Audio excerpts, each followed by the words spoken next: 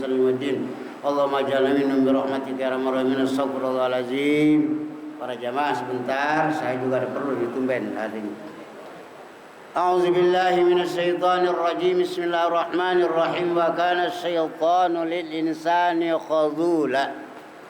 Dan telah bukti siapa syaitan lil insani bagi manusia khadzula ail kafiri, orang-orang kafir. Insan di sini adalah namanya lapan umum untuk khos menurut ilmu bayan. Kalau menurut ilmu wadhu lapan am wadhu am lil khos. Khadzula itu yang sangat meninggalkan. Wakana sudah jadi bukti kenyataan sesuai dengan fakta Al-Quran yang kita harus yakin. Sebab orang-orang ahli tahqiq, muhakkikun itu yakin Quran. Ahli tahqiq itu isbatus syai' bid dalil, menetapkan sesuatu penuh dengan dalilnya, atau isbatu syai' ala wajhil haqq, menetapkan sesuatu sesuai dengan fakta yang nyata. Itu namanya muhakkik. Berarti udah jadi kenyataan yang namanya setan bagi orang kafir itu khadzula, sangat menghina. Kenapa? Bukankah temannya? Orang kafir itu panglimanya setan. Apa maksudnya kau ngehina? Bi ayat rukahu, dengan supaya membiarkan ya si syaitan hu akan kafir. Apa? Wa yatabarra'u, dan cuci tangan. Wa yatabarra'u, bela diri. Minhu, dari setan, indal bala. Indal an minhu, dari sayyid insan. Setan itu membiarkan manusia kalau sudah manusia bahaya. Kalau kira-kira manusia udah celaka, dia nggak mau ikut campur. Seperti pernyataan syaitan di dalam surat Ibrahim, ada kan wa'adtukum fa'akhlatukum, aku janji dan aku khianati janjiku. Itu setan.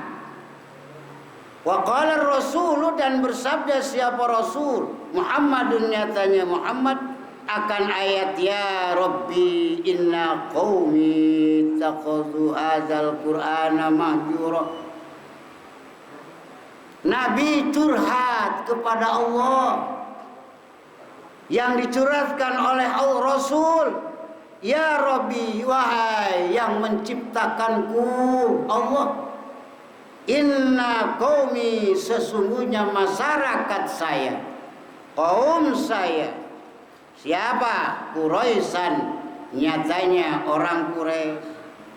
Ittakhadhu, itu menjadikan mereka qaumi azal qur'ana mahdura, akan ini Al-Quran mahdura, akan yang ditinggalkan. Haza maf'ul yang pertama, mahjura maf'ul yang kedua. Sebab lapan ittakhadtu wa sami'tu wa ja'altu, dan rombongannya itu maf'ulnya kudu dua. Kata Nabi, sesungguhnya masyarakat saya ya Allah, orang-orang Quraisy, Al-Quran itu sudah ditinggalkan. Nggak mau manusia hidupnya ada dalam kehidupan yang diajarkan oleh Al-Quran. Matrukan, ditinggalkan Al-Quran. Secara imaniyah, ya, secara amaliyah. Maka orang kafir membiarkan Al-Quran, meninggalkan Al-Quran, maka ulama tasawuf mah itu Pak, kalau hafal Quran lupa itu termasuk wamin ma'asil qalbi, termasuk maksiat hati. Makanya ada paham kiai nggak mau anaknya hafalan Quran. Bagaimana yang benar? Ya itu ganjaran Pak. Artinya dosanya hanya maksiat hati, tapi kalau orang melangkah hafalan Quran waktu ibadah, jadi ketutupan dosa maksiat hati karena lupa Al-Quran oleh langkah-langkah kita. Sebab hafal Quran itu banyak, bukan berarti hazal Quran mahjula, Al-Quran ini dilupakan, orang hafal, bukan itu. Artinya ini orang kafir.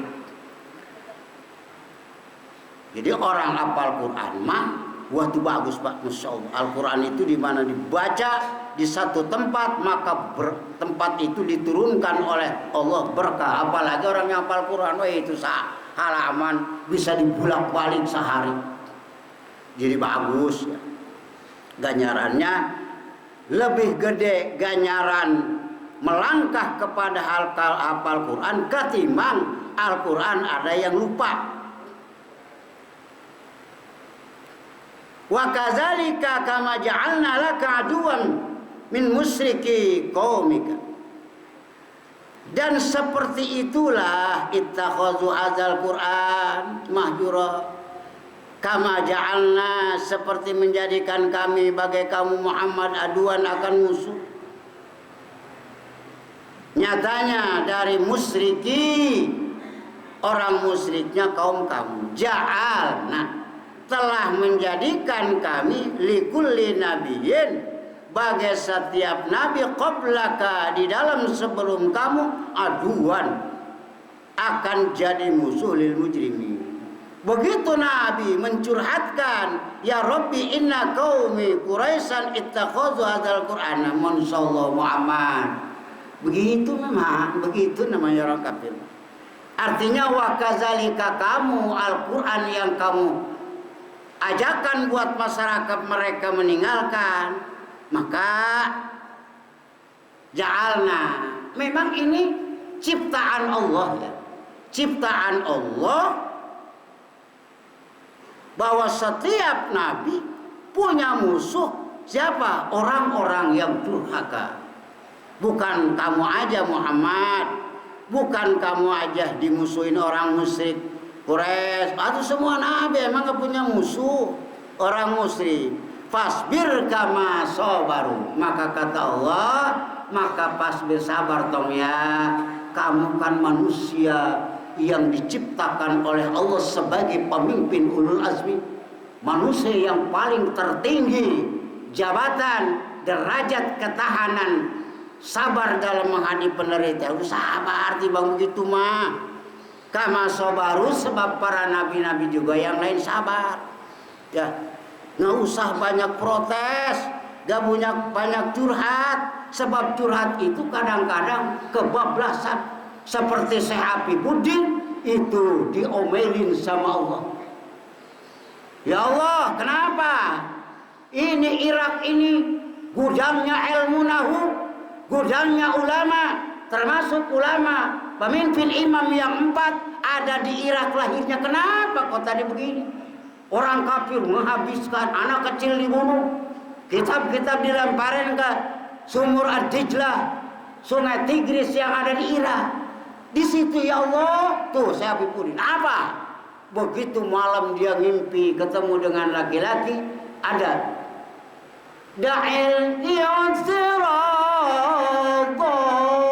famal amru laka walahu ma fi arakatil falak.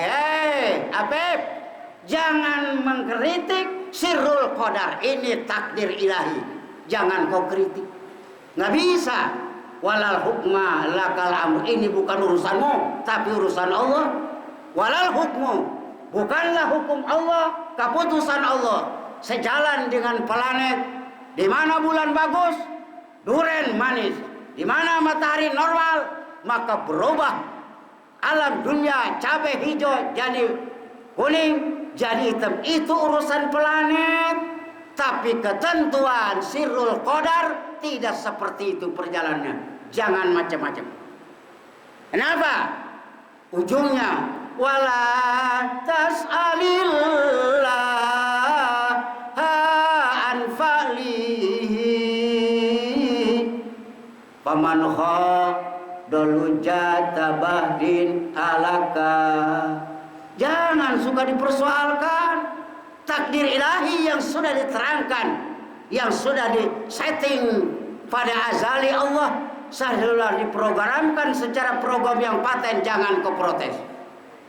Ini sama aja Nabi Musa tukang merotes Sirul Qadar. Begitu berdebat dengan Nabi Adam, Eyang, terima kasih Musa ketemu dengan Eyang, tapi sayang Eyang ngeluarin cucu dari surga. Oh, marah Nabi Adam. Masya Allah, Eyang juga begitu tong, ketemu dengan cucu kesayangan sebagai Nabi Kalimullah, tapi sayang kakek ini, Eyang ini punya cucu berani mengkritik Sirul Qadar. Ini nggak benar. Tuh langsung muka merahnya bahagia wa golaba dihujat oleh Nabi Adam. Nah, ini takdir ilahi, wahai Muhammad. Kudu begitu setiap nabi. Kenapa nabi menderita sama dicaci maki? Pak. Makanya di akhir-akhir zaman ini anak kolokan itu jarang yang maju. Sebab manusia maku ditanamkan terhadap manusia amul hazan, tahun menderita buat anak kita supaya mikir seperti Nabi Muhammad, derita diancam segala macam diludahin jadi orang yang paling terhebat di dunia. Jangan ngadi dikolokan. Ini memang, maka itulah Muhammad kata Allah, pasbir. Kenapa sih nggak bisa sabar? Sedangkan kama sobaru mereka para nabi sebelummu sabar. Wa kafa bi rabbika hadiyal laka wa nasiro. Terus saya bagaimana? Gak usah takut. Wa kafa, cukup Muhammad, Tuhan kamu yang akan memberikan petunjuk. Tidak ada petunjuk yang paling paten, pasti lancar. Oke, tidak ada gangguan. Wa nasiro, tidak ada pembelaan, hanya cukup dari Allah. Terserah, jangan mikiran orang kafir. Maka ada ayat fa'arid. Udah, jangan terlalu dipikirin. Sampai malam mikirin nggak bisa tidur, waktu siang nggak bisa tidur, nggak bisa istirahat, nggak usah. Fala tatma' fi imanihim. Jangan terlalu serakah, ambisius. Bagaimana cara orang ini kafir? Terserah, mau ngaji ke orang Islam, mau enggak sebodoh amat. Dari dulu 27 tahun kalau mau jadi ngajar ngaji, kalau enggak kita doain. Assalamualaikum warahmatullahi wabarakatuh. Waalaikumsalam warahmatullahi wabarakatuh.